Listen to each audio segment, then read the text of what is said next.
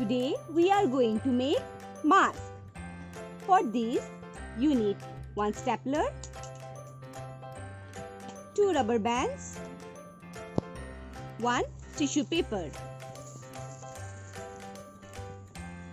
First you need to fold the tissue paper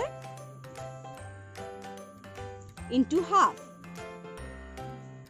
Then fold the paper, turn it, fold it again. Repeat the process.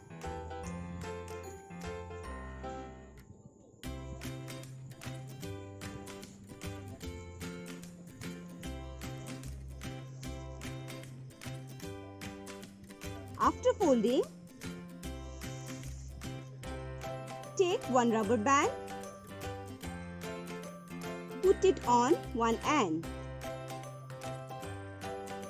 Fold the tissue, staple it, then take the other end, take another rubber, put it, fold the tissue paper,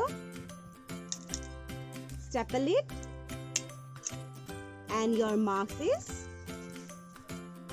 ready. Thank you.